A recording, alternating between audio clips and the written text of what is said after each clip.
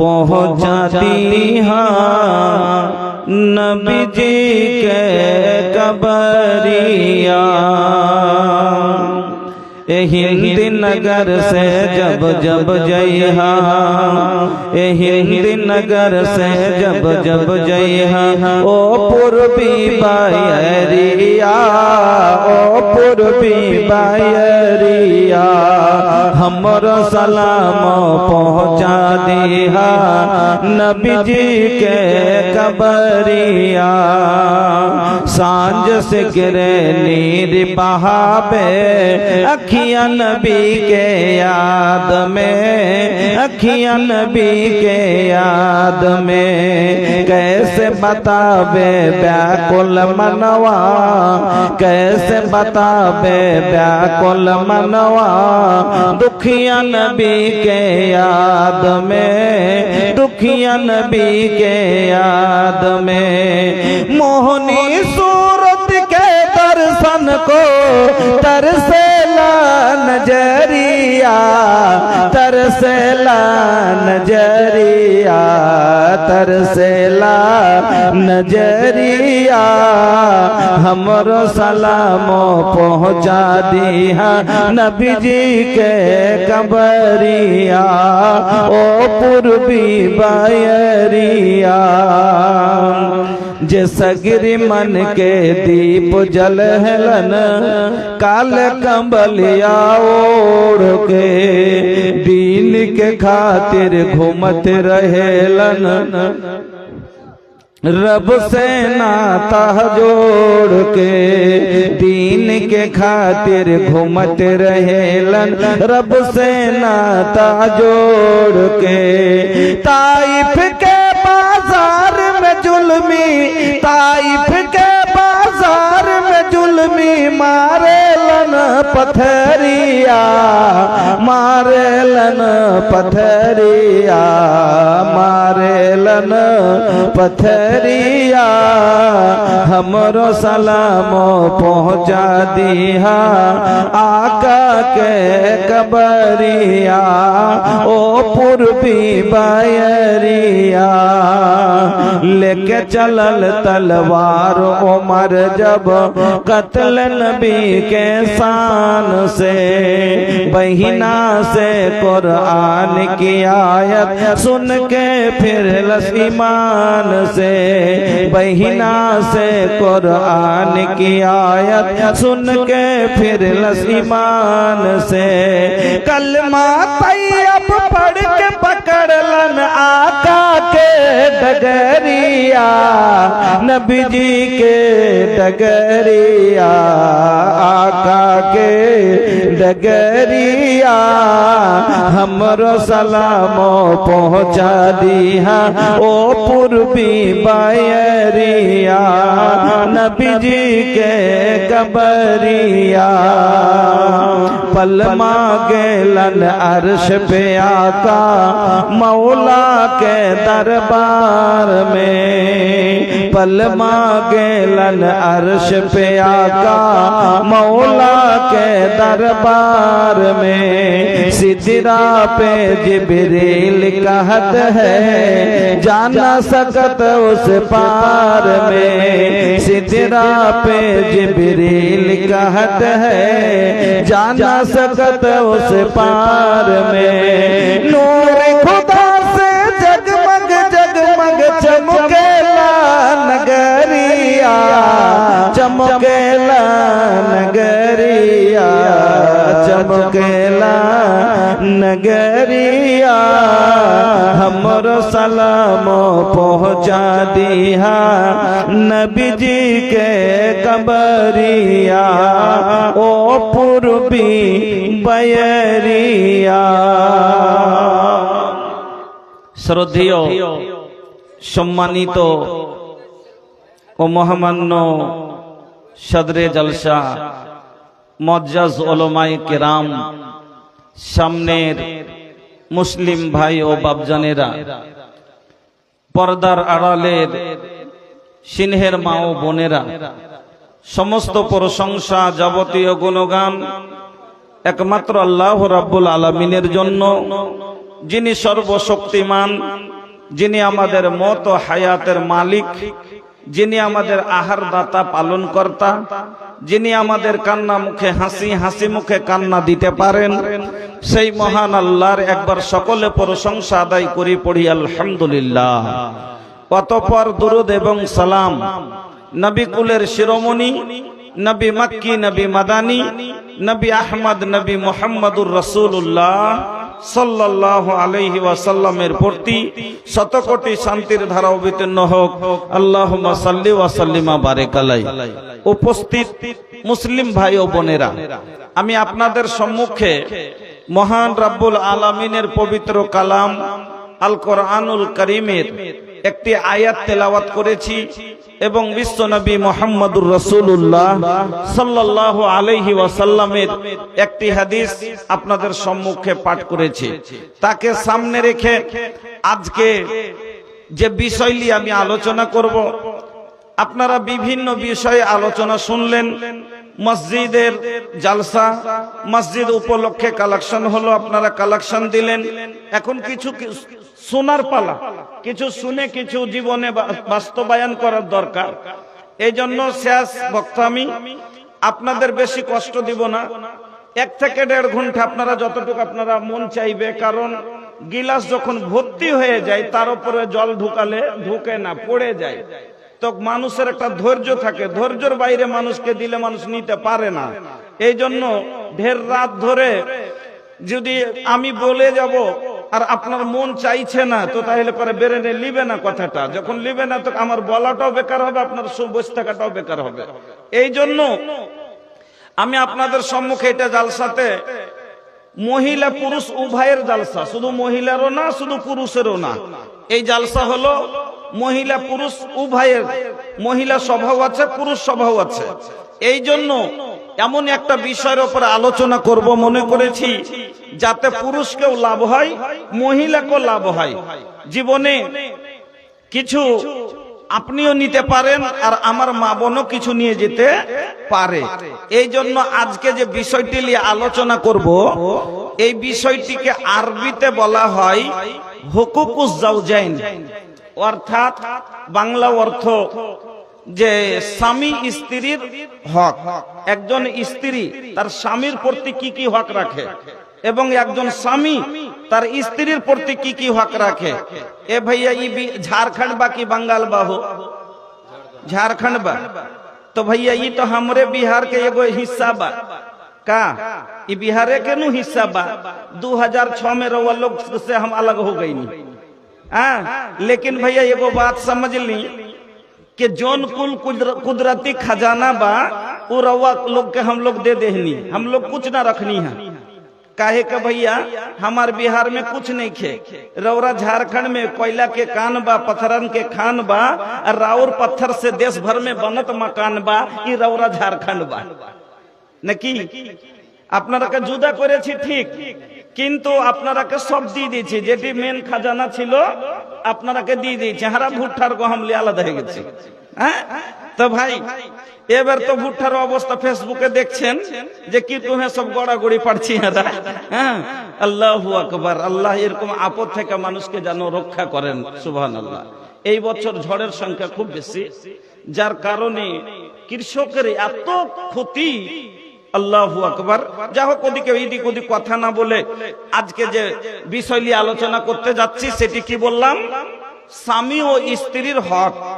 একজন স্ত্রী তার দায়িত্ব কর্তব্য কি কি আছে পালন করতে হবে, আর একজন স্বামীকে তার দায়িত্ব কর্তব্য কি কি আছে পালন করতে হবে স্ত্রীর প্রতি আপনাকে জানতে হবে। ভাই জানতে হবে না? না জানলে পারে আপনি স্ত্রীর হক আদায় কি করে করবেন, আর করতে পারেন না। তার জন্যই তাই সংসারে অশান্তির আগুন জ্বলছে। কে কতটুক বউলিয়ে সুখে আছেন নিজে নিজে সব বুঝতে পারছেন। হ্যাঁ, একটা উর্দু বই পড়েছে, একজন স্বামী নিজের ভুল বুঝতে পারে না, নিজের দায়িত্ব কর্তব্য বুঝে না, দোষ চাপাইছে স্ত্রীর ওপরে যে আমার বউ ভালো না। একজন স্ত্রী নিজের দায়িত্ব কর্তব্য বুঝে না, নিজে ভুল করছে, দোষ চাপাইছে স্বামীর ওপরে যে আমার স্বামী ভালো না। একটা উর্দু বই পড়েছিলাম, তো এই উর্দু বইটাতে একটা ঘটনা লেখা ছিল। একজন মহিলা বলছে, जब मैं बहू थी तो मुझे सास अच्छी नहीं मिली। ভালো করে শুনবেন, जब मैं बहू थी तो मुझे सास अच्छी नहीं मिली, और जब मैं सास बन गई तो बहू अच्छी नहीं मिली। मेरे अंदर कोई कसूर नहीं। कोई चाहार भाग्येर दोष रे बहिन, भाग्येर दोष। যখন বহু ছিনু শাশুড়ি ভালো পাইনি, আর এখন যখন শাশুড়ি হয়েছি তো বহু ভালো পাইনি। হার কোনো দোষ নাই বাবু, হার কোনো দোষ নাই। আসলে সব দোষ হলো ওরই ব্যবহার খারাপ। ওর ব্যবহারের কারণে যখন বউ ছিল শাশুড়ির সাথে বন্তি পড়েনি, এখন শাশুড়ি হয়েছে বহুর সাথে বন্তি পড়ে না, কিন্তু নিজের উপরে দোষটাকে নিতে পারে না। ওরকমই একজন পুরুষ নিজের ভুলকে নিজের উপরে নিতে পারে না, দোষটা পেয়েছে স্ত্রীর উপরে যে আমার স্ত্রী ভালো না। একজন স্ত্রী নিজের ভুল বুঝতে পারে না, দোষটা পেয়েছে স্বামীর উপরে, আর বলছে আমার সবই তো ভালোটে কিন্তু মিনসাই খারাপ। এই হচ্ছে সমস্যা। এই জন্য স্বামী স্ত্রী হলো, শুনেন ভালো করে, স্বামী স্ত্রী হলো সাংসারিক জীবনের দুটো চাকা। সংসারের গাড়ি টানতে গেলে যেরকম মোটর সাইকেলের দুটো চাকা হয়, ওরকমই স্বামী স্ত্রী হলো জীবনের গাড়ির দুটো চাকা। দু চাক্কা না হলে যেমন মোটর সাইকেল চলবে না, ওরকম স্বামী স্ত্রী যদি না হয়, সামনে का চাকা থাকে আর পিছনের চাকা না থাকে তো গাড়ি চলবে? কাহো চলি এ भैया तनी मुंह खोला कुछ बोला চলি কা না চলি, বা পিছকে থাকে সামনে কার না থাকে তাও চলবে না নাকি? ওই রকমই একজন পুরুষের জীবনে সামনেকার চাকার জন্য যেমন পিছনের চাকার প্রয়োজন, ওর পিছনের চাকার জন্য যেমন সামনেকার চাকার প্রয়োজন, ওই রকমই একজন পুরুষের জীবনে নারীর প্রয়োজন। তো একজন নারীর জীবনে পুরুষের প্রয়োজন। পুরুষ না হলে নারীর জীবন কাটবে না, নারী না হলে পুরুষের জীবন চলবে না। চলবে? চলবে না। তো এই জন্য ভাই, স্বামী স্ত্রী দুজন একরকম হওয়া চাই। যেমন মোটর সাইকেলে যে দুটো চাক্কা আছে, এই চাক্কা দুটোই এক সমান। আমি যদি আগ কাটটা দিয়ে দিই মোটর সাইকেলের আর পিছ কাটটা দিয়ে দিই ট্রাক্টরের, তো চলবে ভাই? চলবে? চলবে না। কেন? একটা ছোট একটা বড় কি করবে? লড়ং বড়ং করতে করতে আরেকবার উল্টে পড়ে যাবে। তো ওই রকমই শুনেন, আল্লাহ রাব্বুল আলামিন কোরআনের ভিতরে কি বলছেন, যে যেরকম ছেলেটা পাক তো মেয়েটাও পাক যদি হয়, তার সাথে জোড়া যদি, বা ছেলেটাও যদি ভদ্র তো মেয়েটাও ভদ্র হয়, আল্লাহ কি বলছেন শুনেন। বিসমিল্লাহির রহমানির রহিম। আল খাবিসাতু লিল খাবিসিনা ওয়াল খাবিসুনা লিল খাবিসাত والطيبات للطيبين والطيبون للطيبات। কত সুন্দর করে আল্লাহ রাব্বুল আলামিন উদাহরণটা দিলেন। আতাল খাবিসাতু লিল খাবিসিনা ওয়াল খাবিসুনা লিল খাবিসাত। একজন খাবিস লোকে एक खबीस मर्द के लिए एक खबीसा औरत, और एक खबीसा औरत के लिए एक खबीस मर्द। उसी तरह एक पाक दाम पाक औरत के लिए एक पाक मर्द। والطيبات للطيبين والطيبون للطيبات।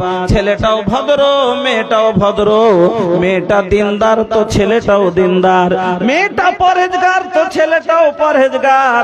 দুইজন যখন একরকম হবে তখন এদের সাংসারিক জীবন একরকম ভাবে চলবে।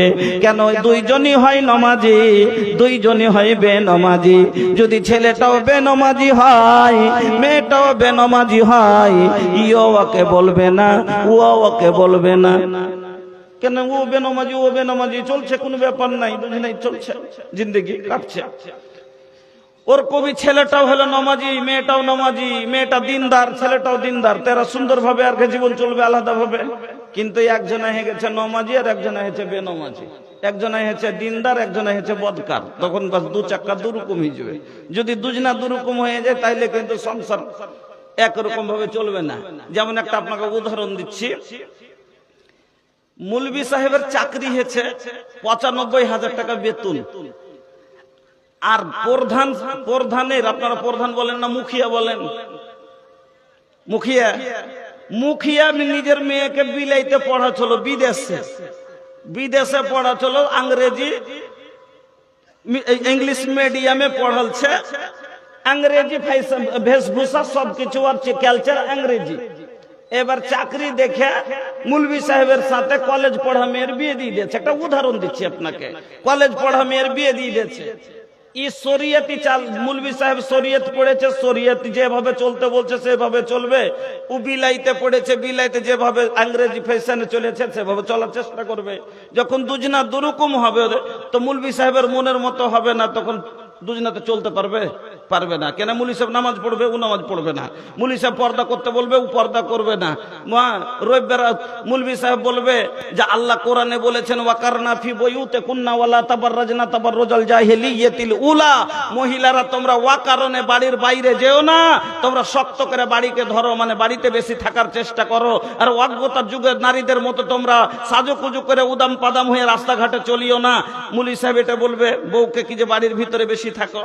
আর ও কলেজ পড়া মেয়ে রবিবার আসলে পরে বলবে একটু শপিং এ যাবো, একটু মার্কেটিং এ যাবো, হ্যাঁ এটা করব ওটা করব। তখন দুজনাতে মেল খাবে না, যখন মেল খাবে না তো ভেজাল লেগে যাবে।